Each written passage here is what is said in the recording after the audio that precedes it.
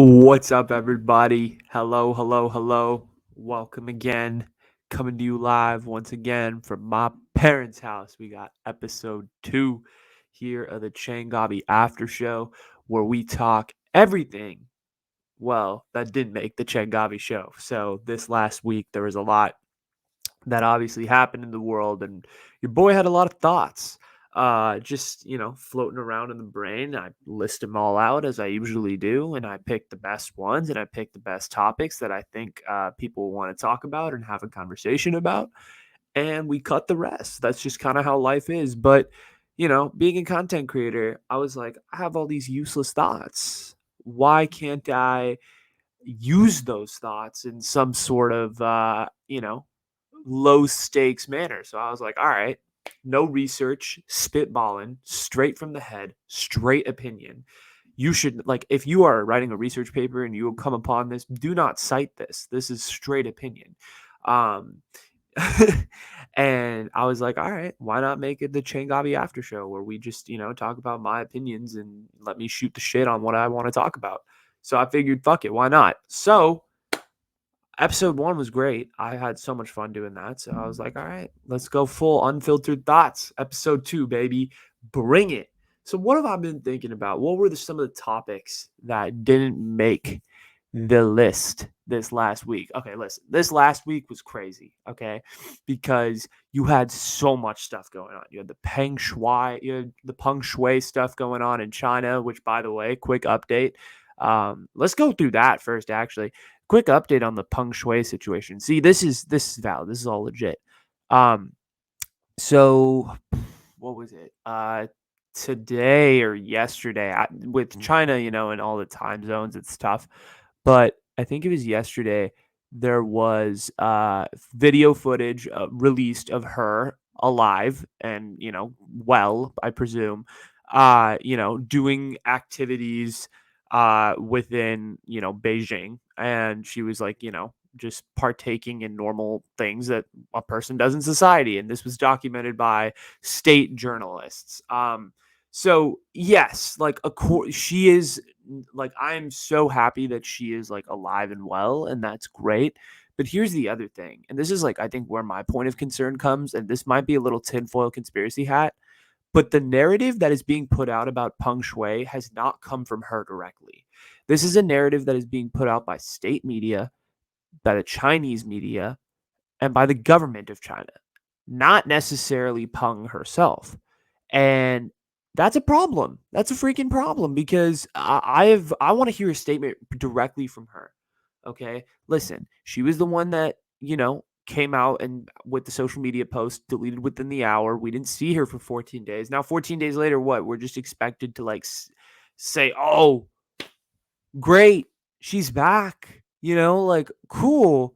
Like, I'm grateful she's alive. Like, I'm grateful, not the worst possible thing could have happened to her. But the narrative is coming from sus places. You got to look at where the narrative is coming from. That's what I've realized in a lot of these kind of media situations, is that where the narrative comes from is often where the kind of news, it kind of tells more of the story. You have to think deeper. And I think by looking at the narrative of where this Peng Shuai story is coming from, you kind of realize, like, holy crap, like, this is, this might be bigger than any of us even imagined. And the government, I don't know. Okay. There's a lot of tinfoil stuff. We're going to obviously get more information. She was on a video call with like the International Olympic Committee chairman, and he said she was doing well and all this stuff. Fine.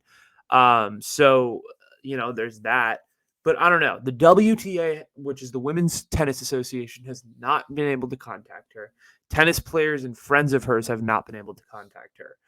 And the narrative seems to be coming from mostly the government and organizations within the government. So it's sus. It's pretty freaking suspect where this whole thing is coming from.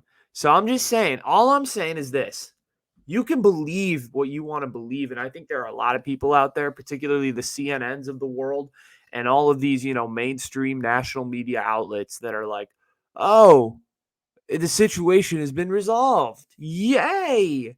We're just going to move on to the next big headline. But dude, watch out. Okay, she just made a huge accusation, and 14 days later, she just turns up on state government TV. Well, yeah, I mean, worldwide pressure was put on somebody to, show where she is, but God knows what's going on. I don't necessarily believe the narrative that's coming out of China. For all we know, she's doing okay, but all we know, she could be, this whole situation could be scripted. We don't know. We do not know. Okay. And the reality is that I personally am very skeptical of the news that is coming out about Peng Shuai right now, particularly because the narrative is being driven by the state and not by her and not by the other individuals that are involved within this. That is the key here. So let's see what happens, because this is going to be an ever evolving story, but that's my reaction to it. Interesting.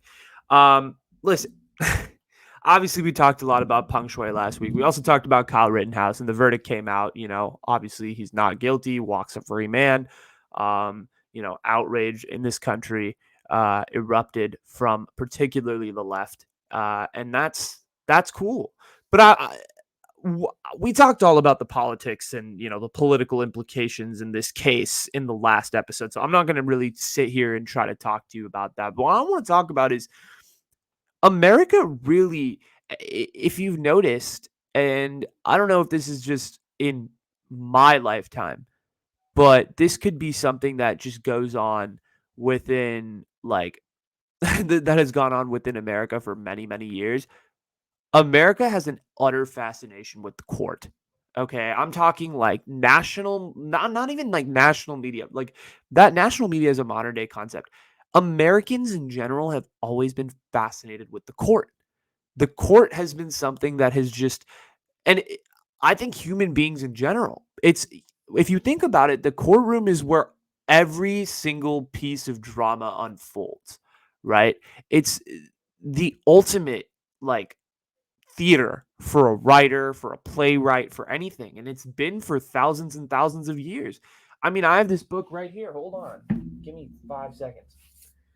This book right here, Fyodor Dostoevsky wrote The Brothers Karamazov. This 800 page debacle is, and I mentioned it in the last episode, is all about drama and murder and court.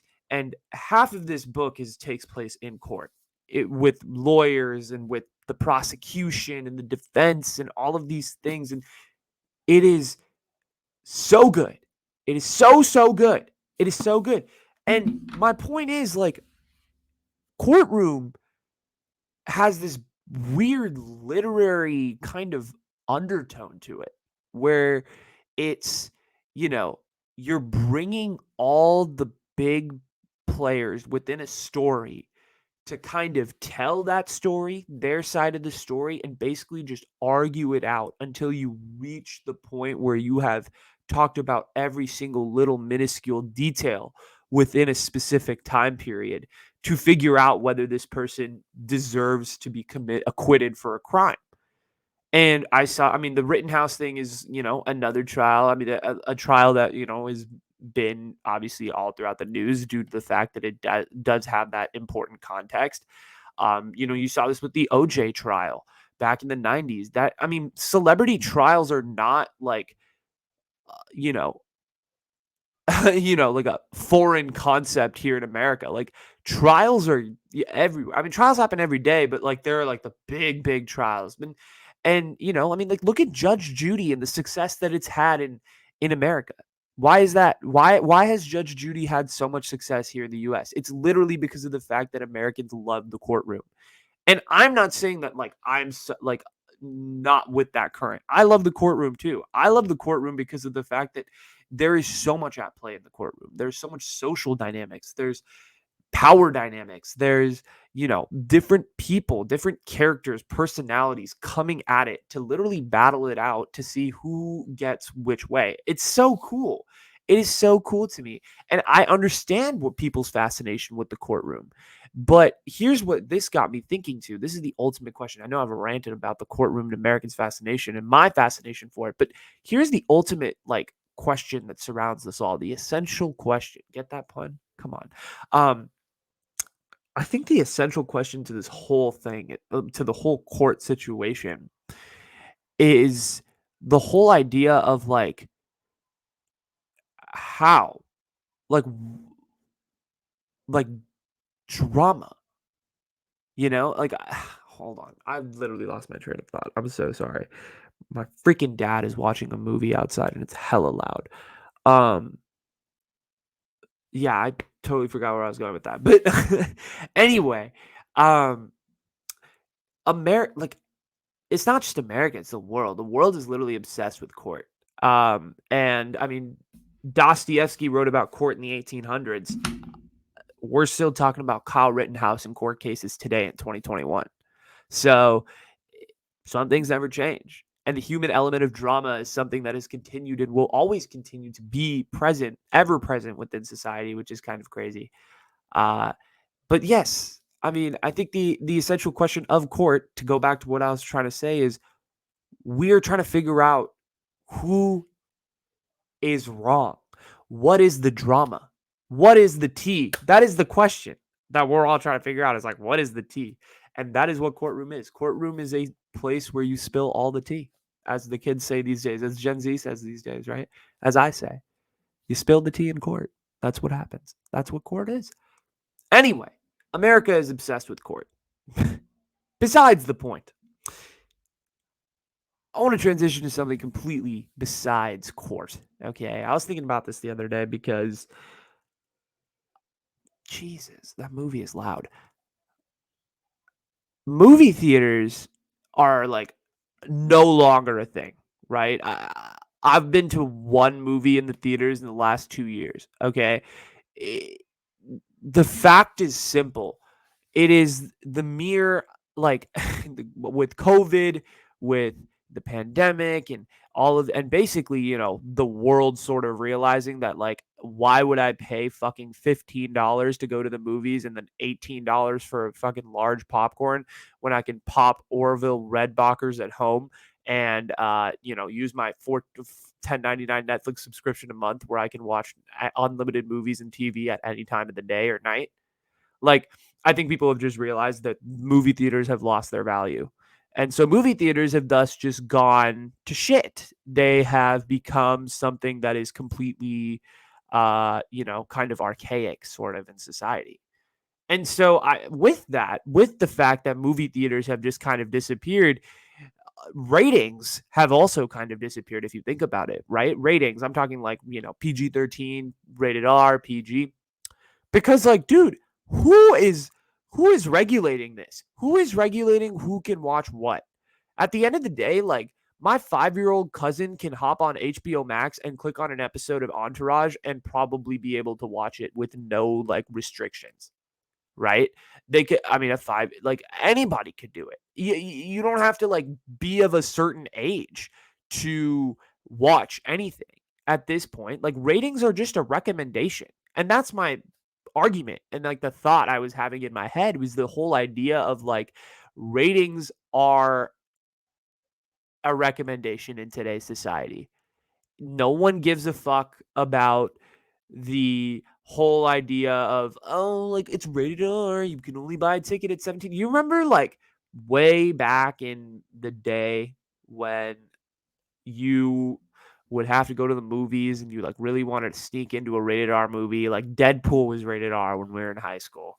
This is a great story. I tried to sneak into Deadpool with a bunch of friends trying to watch, but we bought tickets for Kung Fu Panda. And we got into the Deadpool theater and we were basically immediately escorted out. It was fucking terrible. They brought in the cops. It was really funny. They brought in the cops, not for us, but, like, they brought in the cops in general, like, right after, because they were afraid that other kids were going to sneak in. And that was everybody's plan, was like, oh, we're going to buy Kung Fu Panda tickets to go watch Deadpool. But they caught on to the pattern and it didn't happen. Anyway, that's besides the point. That's not a problem anymore. See, like, in modern, if I was 16 today, I could just hop on Hulu, click the button for Deadpool 2 and watch it free. Watch it free, no restrictions. No one is monitoring what I'm watching and no one cares. Why do ratings exist? People don't care anymore. It's just a legal thing. Like, you write rated R on a movie, it's not like 5-year-olds can't watch it now. Anybody can click on Disney Plus, HBO Max, Netflix. You can click a couple buttons and suddenly you're watching mature content. Like, there is no restriction from any of these streaming sites if you think about it. Yeah, they have like the settings for parental controls, but like, which freaking parents are doing that? No parents are setting parental controls. I'm sorry, right? And the ones that did, right? Like, my parents tried to set parental controls when I was in elementary and middle school, but I like figured out the password every time. I would just watch where their fingers went on the remote. Like, it's not, I feel like parental controls are useless. Anyway, point being, I feel like ratings are also archaic along with movie theaters. I think movie theaters are going out of style, which is unfortunate because I do love the movies and I love the experience of going to a movie. But ratings are also going down with it in that, like, PG-13, PG, G, rated R. Like, no one cares anymore. Like, you remember, like, R-rated movies used to be the biggest, like, storyline. Like, oh my gosh, like, you're trying to get into a rated R movie. Now no one cares. Everybody can watch freaking TVMA at the age of 12. I don't know. It's just a thought. Like, what are streaming platforms doing to make sure that these ratings are, accounted for, right? Like, I'll see, like, on HBO Max, they have the little tagline. It's like mature audiences, like sexual content, heavy nudity. And it's like, you really think anybody reads that? They just like skip past it. Cool. Big whoop. I don't know. It's just a thought. It's just a thought. It's just a thought. No one has to even, sit here and what's it called? Entertain it. But, that's cool.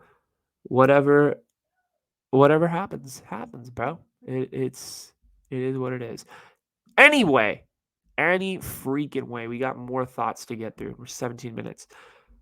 What I'm thankful for, let's talk about that. Thanksgiving is right around the corner. A couple days here. Hopefully, you guys all have great plans to enjoy the day and eat a lot of good food, hang out with the family, the things that you should do on Thanksgiving. I really hope you all have awesome plans. I'm sure you all do. That is what it is. Um, but what am I thankful for? There are a lot of things to be thankful for, dude. I realize that every day. I wake up and, like, I'm not gonna be like the type of person who's gonna be the fucking influencer who's like, I wake up every morning at 5, take 3 deep breaths in and out, and just remain thankful for the fact that I can breathe air. No, I'm not. I'm not. I don't do that every day. But honestly though, I'm grateful for so many things. I'm grateful for the fact that, like, I have family, even though one is watching an extremely loud movie and is completely distracting the fact that I'm recording. Um, I'm grateful that I have like such a supportive fan base for this podcast. Even though it's like 3 of you. Um, I'm grateful I have a job. It's great. I'm grateful there's so many things to be grateful, even basic things. Like, I'm grateful I have a roof over my head. I don't have to be outside right now when it's 38 degrees here in the Bay Area at 12:40 a.m. Like, I'm grateful that I have blankets I can crawl under. You know, I'm grateful for the fact that, like, my biggest worry right now in the world is if this podcast is going to succeed, when there are people out there all over the world whose greatest worry is like, how am I going to get water tomorrow? Right? Like, I have been afforded so many opportunities in my life.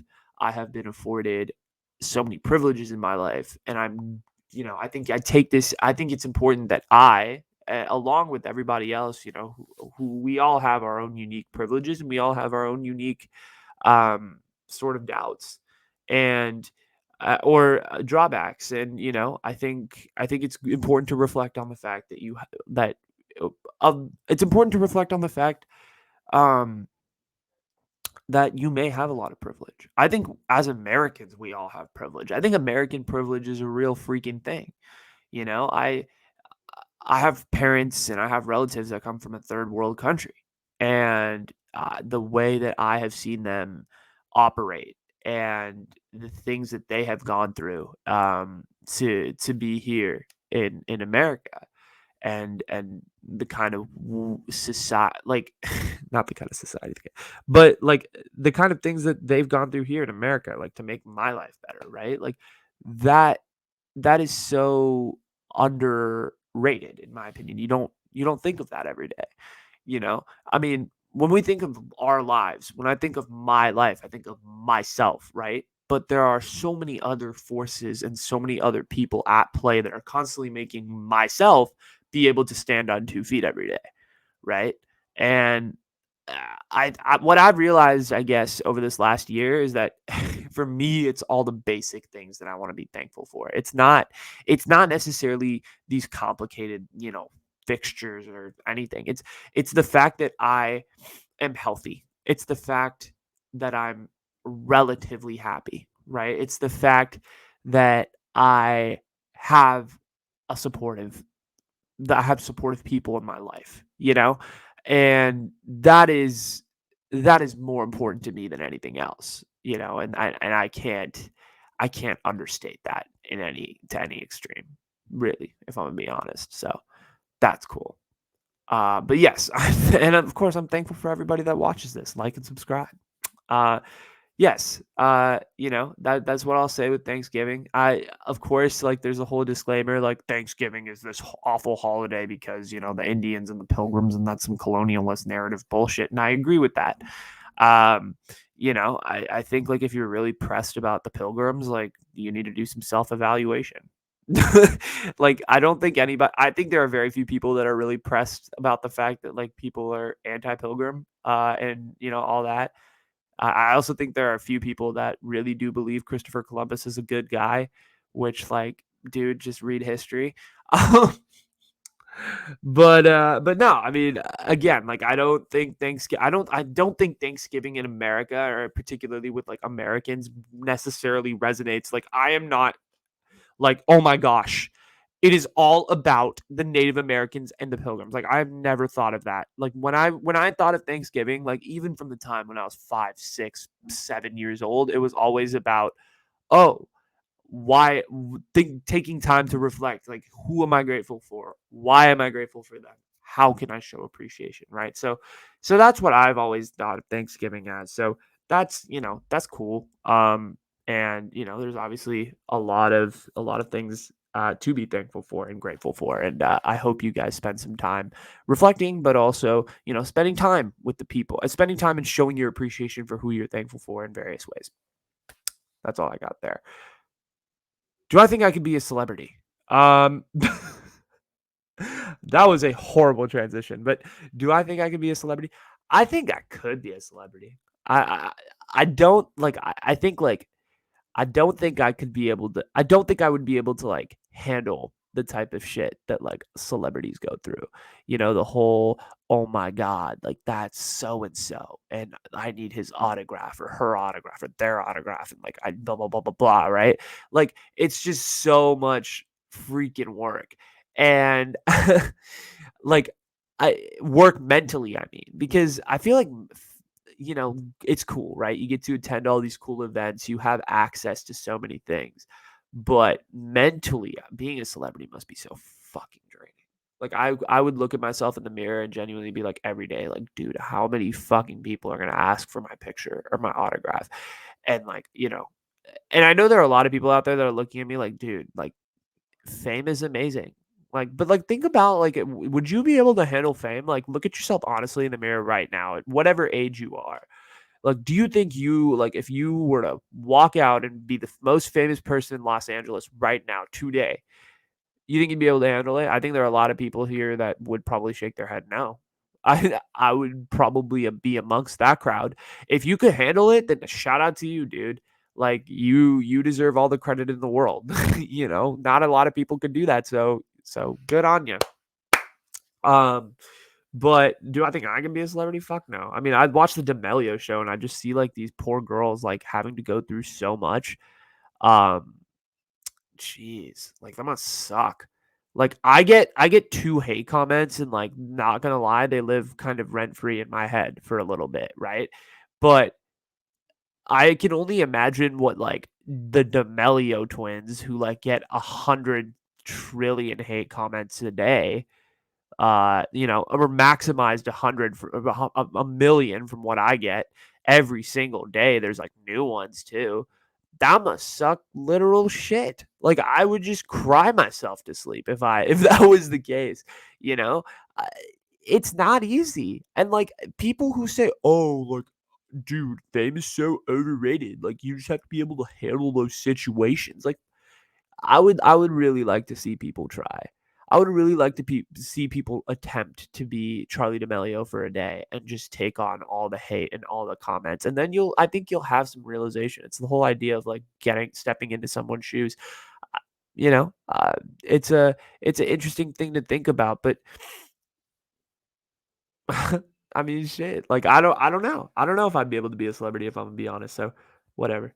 Uh, Languages. I've been thinking a lot about languages recently, dude, and I'm thinking about the fact that I definitely regret like not being bilingual at a earlier age. You know, my parents speak Kannada at home. For those of you that don't know, that's our native language in South India. But and the weird part is like I used to consider myself like sort of bilingual in that like I felt like I knew half a language because I could I still to this day my parents say anything in Kannada. The people at, where I work talk shit in Kannada.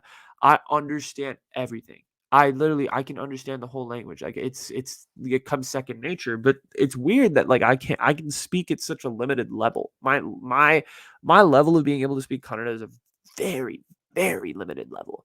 And like, being 21 now, like it is incredibly difficult to learn a language.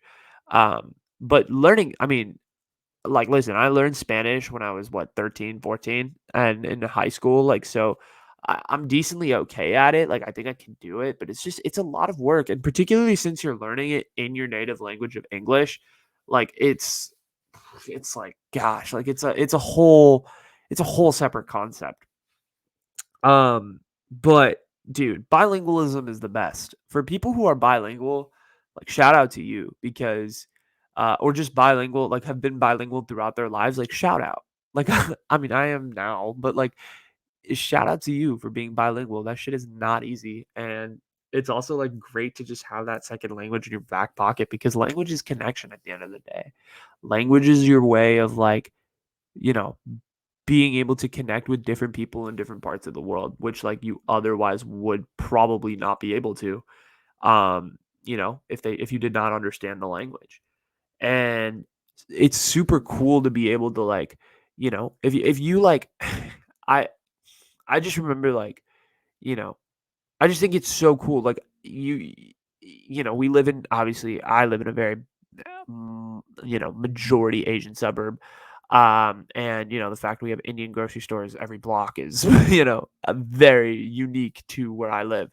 But going to those Indian grocery stores, I think it's so cool when you walk in, you hear like 8 different languages, right? You hear like, you know, the aunties are speaking Marathi and like the freaking my mom's talking to the cashier in Urdu and then like, the cashiers are talking to each other in Hindi and then there's like the husband and the wife are like yelling at each other in Tamil, right? Like it's just like what like this is so cool, and I think I mean that just shows like the diversity of language within India in itself, right?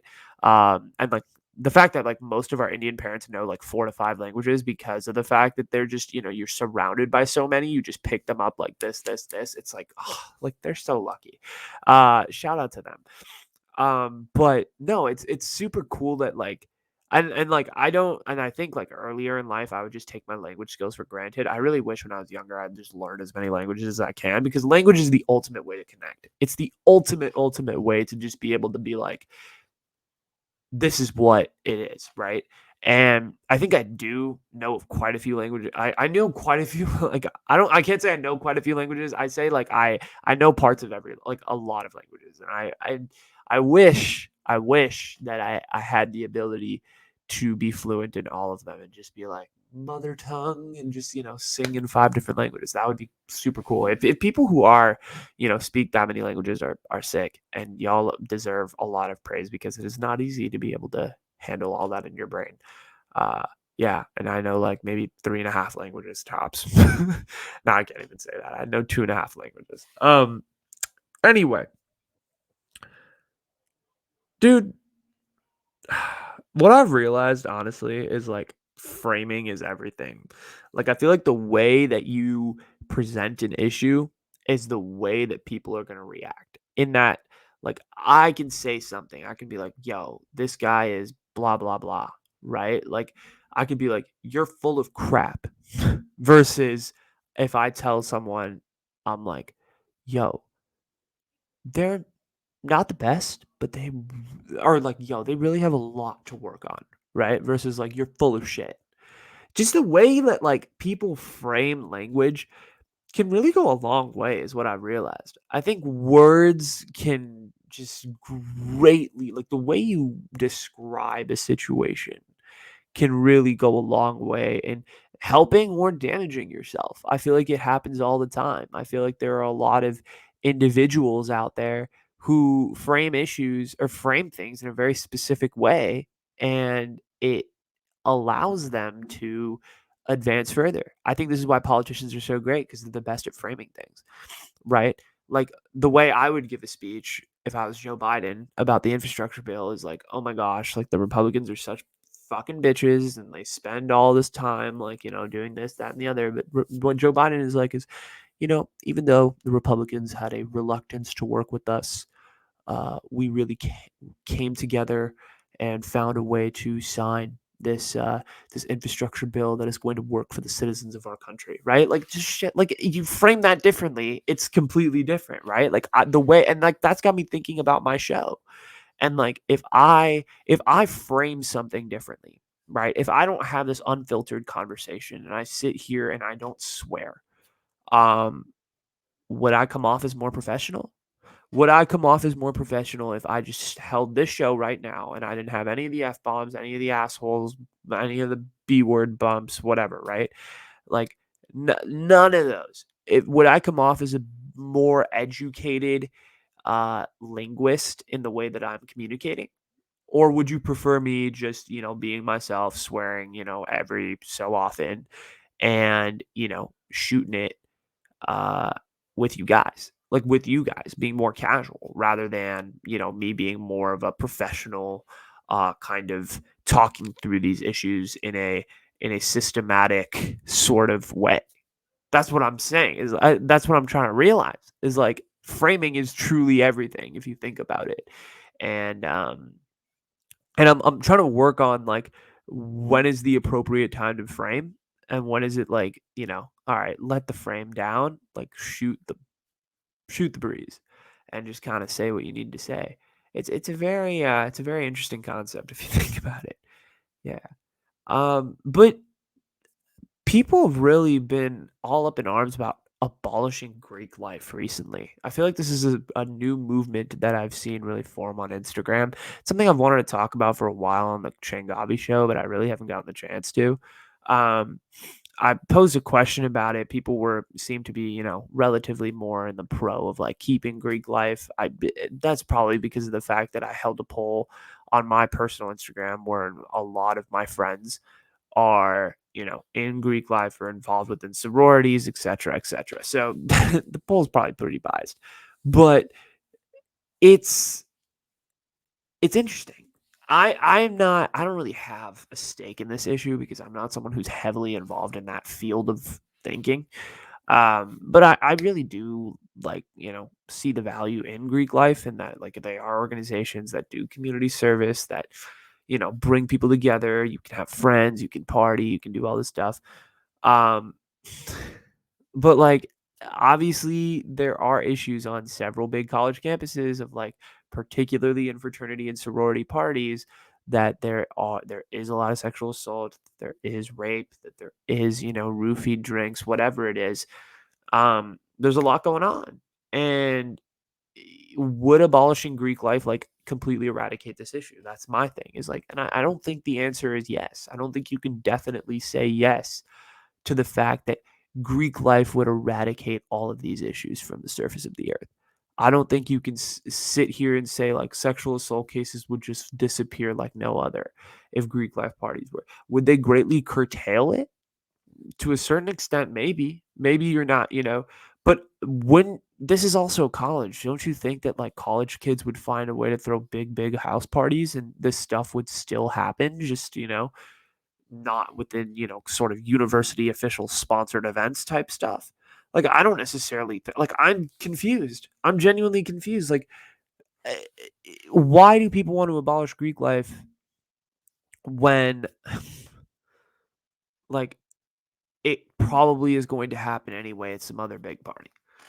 Like, what is going to happen if you do abolish Greek life, right? Like, well, first of all, I mean, a portion of campus would get really mad. And then on top of that, like, you're not really accomplishing anything. You're not really accomplishing anything to like get to the root of the issue. And that is very interesting to me. That is an extremely interesting argument to be had because on one hand there is an issue and it could potentially be curtailed tremendously because of what's it called if you get rid of Greek life. And I get the stigmatization around Greek life about, oh, everybody just parties and it's a mess. But on the other hand, there's that whole idea of like, oh, yo, if you keep Greek life, but even if you get rid of Greek life, like, aren't parties just going to happen somewhere else? Isn't this culture just going to continue on another path? I don't know. I don't know. It's a very interesting situation to think about.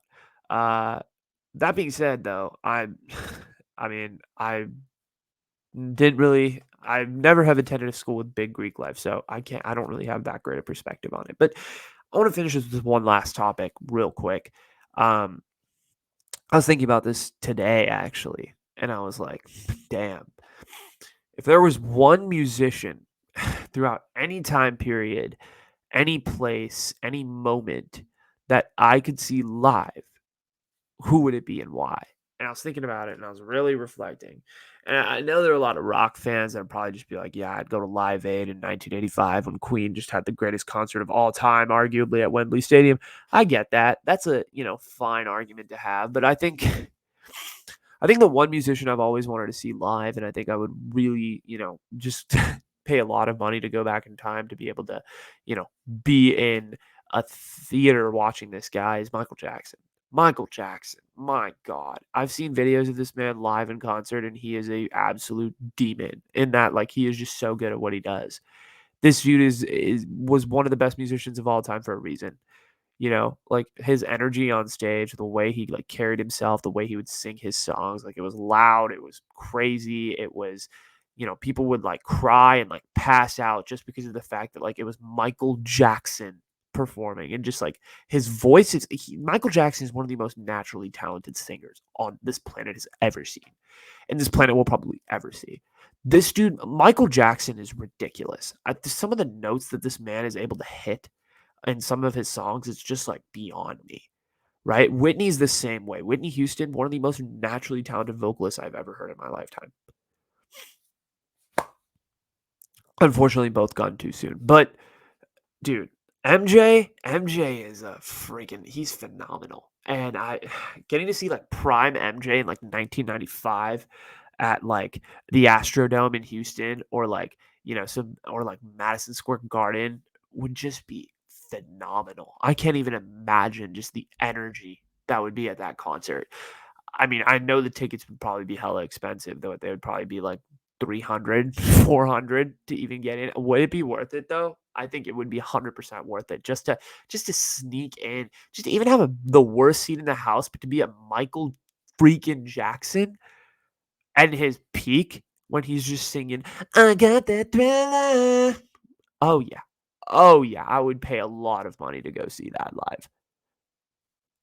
It's Yeah, I mean, that's the one guy I think I would really pay a lot of money to go see live. I'm sure there are a lot of other thoughts out there, so I'm curious to see what you guys have to say. But that's all I got today on this episode of the Changavi After Show. I know I ranted a lot. It was a lot of unfiltered thoughts, but that's what this show's about. We rant, we talk about our opinion, and we don't use this in research papers. Anyway, thank you guys so much. If you guys like the episode, like it. Subscribe to the YouTube channel. Follow me on Spotify and other podcasting apps. Feel free to leave a review too if you really did enjoy it. Follow me on social media. Links are going to be down below. If you're on either Spotify or YouTube or any other podcasting app, would mean the world to me. Absolutely. It is Thanksgiving. I'm thankful for every single one of you that's watching this episode right now. Thank you so much. Appreciate everybody. Have a good night. I'm gonna go get some sleep. It's 1:08 in the morning, and I need to go to bed because I got class in the morning. But that's all I got. Thank you guys so much. I'll see you later. Peace.